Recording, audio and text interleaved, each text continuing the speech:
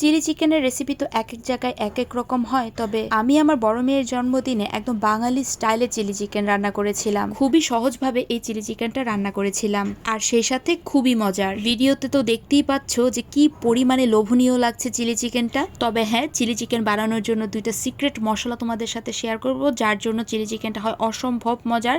আর সেই সাথে চিকেনটা কিভাবে মেরিনেট করে ফ্রাই করেছি সেটাও আজকে তোমাদের সাথে শেয়ার করব। সো চলো দেরি না করে তোমাদের সাথে চিলি চিকেনের রেসিপিটা শেয়ার করি।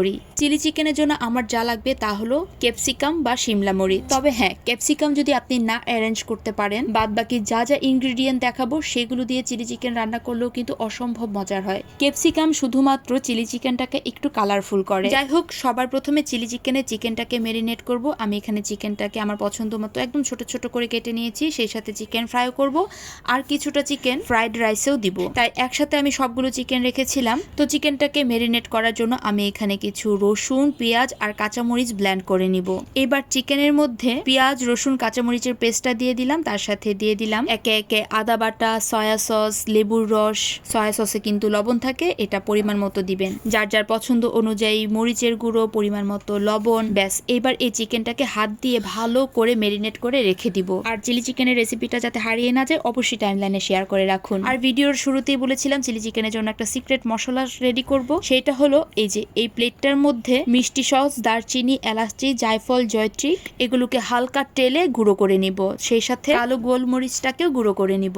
এই দুইটা জিনিসের জন্য চিলি চিকেনটা অসম্ভব মজার হয়। এইবার চিলি চিকেন রান্নার জন্য এখানে আছে আদা কুচি, রসুন কুচি, কাঁচামরিচ কুচি, আর ওই যে দুইটা সিক্রেট মশলা করেছিলাম, মৌরি, জায়ফল, জয়ত্রী, দারচিনি, এলাচি, এগুলোকে তেলে হালকা গুঁড়ো করে আর গোলমরিচের গুঁড়ো, সাথে রেখেছি কিছু পেঁয়াজ কুচি আর 3 ধরনের sauce, tomato sauce, soya sauce আর গ্রিন চিলি সস। সবকিছু হাতের কাছে রেডি আছে। এবার চিলি চিকেনের জন্য চিকেন পাকোড়াগুলো বানাবো। তার জন্য নিয়ে নিলাম চিকেনের মধ্যে, মানে মেরিনেট করা চিকেনের মধ্যে কর্নফ্লাওয়ার, অল্প একটু ময়দা, আস্ত একটা ডিম। এবার এটাকে হাত দিয়ে ভালো করে মেখে নিব, যেন চিকেনের গায়ে সবগুলো জিনিস ভালোভাবে মেখে যায়। এইবার একটা কড়াইয়ের মধ্যে বেশ অনেকটা সয়াবিন তেল নিয়ে নিব।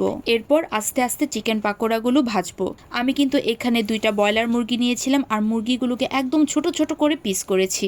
আমি বোনলেস পিসগুলোকে ছোট ছোট টুকরা করে পাকোড়াগুলো বানাচ্ছি চিলি চিকেনের জন্য। তবে চিলি চিকেনের জন্য যে চিকেন পাকোড়াটা বানানো হয় সেটার ব্যাটারটা কিন্তু একদম হালকা হয়, মানে চিকেনের গায়ে কর্নফ্লাওয়ারের কোটিংটা খুবই হালকা ভাবে থাকে, তা না হলে খেতে খুবই বাজে লাগবে। এই যে কথা বলতে বলতে কিন্তু আমার চিকেন পাকোড়া এক ব্যাচ হয়েও গিয়েছে। খুব সুন্দর একটা লাল লাল কালার চলে আসলে চিকেন পাকোড়াগুলো নামিয়ে ফেলবো। ঠিক একইভাবে আমি আরো 2টা ব্যাচ ভেজেছিলাম চিকেন পাকোড়া। আমি আরো একটা চিকেন পাকোড়ার ব্যাচ ভাজতে থাকি। সেই সাথে চিলি চিকেন রান্নার জন্য একটু সসটা রেডি করে রাখি, কারণ চিলি চিকেন রান্না হতে একদম সময় কম লাগে। হাতের কাছে সবকিছু রেডি থাকলে চিলি চিকেন রান্না করতে খুব বেশি সময় লাগে না, চিকেন পাকোড়াগুলো ভাজতেই যা সময় লাগে। যাই হোক, আমি এখানে একটা বাটির মধ্যে নিয়ে নিলাম টমেটো সস, সয়া সস আর গ্রিন চিলি সস। সেটাতে অল্প একটু জল দিয়ে ভালো করে মিক্স করে রাখবো। আরেকটা বাটির মধ্যে অল্প একটু জল দিয়ে কর্নফ্লাওয়ারটাকেও ভালো করে আমি মিক্স করে রেখে দিব, কারণ রান্নার সময় এই জিনিসগুলো রেডি করতে বেশ কিছুক্ষণ সময় লেগে যায়, তাই রান্না করার সময় খুবই তাড়াহুড়ো লেগে যায়। এই দেখো, এই ফাঁকে কিন্তু আমার আরো এক বেশ চিকেন পাকোড়া ভাজা হয়ে গিয়েছে। চিলি চিকেনে চিকেন পাকোড়াগুলো ভাজতে যা সময় লাগে, ব্যাস আমি সেই চিকেন পাকোড়ার তেলের মধ্যেই বেশ কিছুটা তেল উঠিয়ে রেখে ওই তেলের মধ্যেই দিয়ে দিলাম কয়েকটা শুকনো মরিচ, রসুন কুচি, আদা কুচি।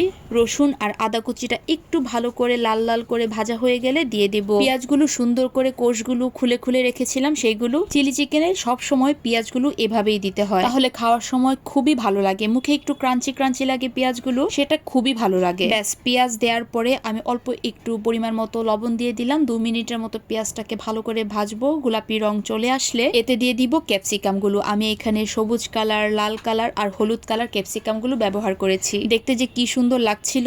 ও আচ্ছা, আমি কিন্তু ক্যাপসিকাম দেওয়ার পরে লবণটা দিয়েছি, পেঁয়াজ দেওয়ার পরে নয়। ক্যাপসিকাম গুলো একটু ভাজার পরে আমি এখানে কালো গোলমরিচের গুঁড়ো আর ওই যে মশলাটা গুঁড়ো করে রেখেছিলাম সেই গুঁড়োটাও দিয়েছি। তবে ভিডিও করতে আমি ভুলে গিয়েছি, তাই তোমাদেরকে ভিডিওতে দেখিয়ে দিলাম। আসলে রান্না করতে করতে ভিডিও করতে গেলে এরকম একটু একটু ভুল হয়, সবাই ক্ষমা সুন্দর দৃষ্টিতে দেখবে।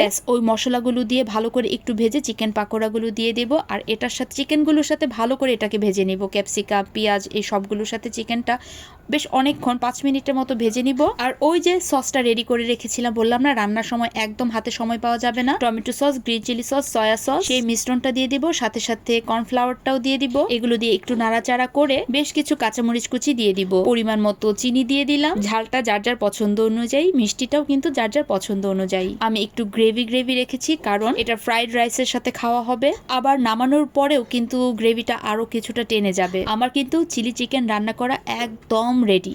যেমন সুন্দর কালার হয়েছে আর গন্ধটাও হয়েছিল খুবই লোভনীয়। এর স্মেলটা যা ভালো লাগছিল না, আসলে আমি বলে বোঝাতে পারবো না। বললাম না, হাতের কাছে সবকিছু যদি রেডি থাকে চিলি চিকেন রান্না করা একদমই সহজ, শুধু চিকেন পাকোড়াগুলো ভাজতেই সময় লাগে। এইবার বার্থডে গার্লের জন্য সুন্দর করে থালটা পরিবেশন করার পালা। আমি এখানে ফ্রাইড রাইসও রান্না করেছিলাম, চিকেন ফ্রাইও রান্না করেছিলাম, সেগুলোর রেসিপি আমি পরবর্তীতে শেয়ার করব। আজকের এই ভিডিওটা কিন্তু আমার এই পর্যন্তই। আমার ভিডিওটা কারা কোন জায়গা থেকে দেখেছেন অবশ্যই কমেন্ট বক্সে জানাবেন। ভিডিওটা ভালো লেগে থাকলে অবশ্যই সবাই লাইক আর কমেন্ট করবেন, আর আমার পেজটাকে লাইক বা ফলো করে দিতে একদম ভুলবেন না। So tata.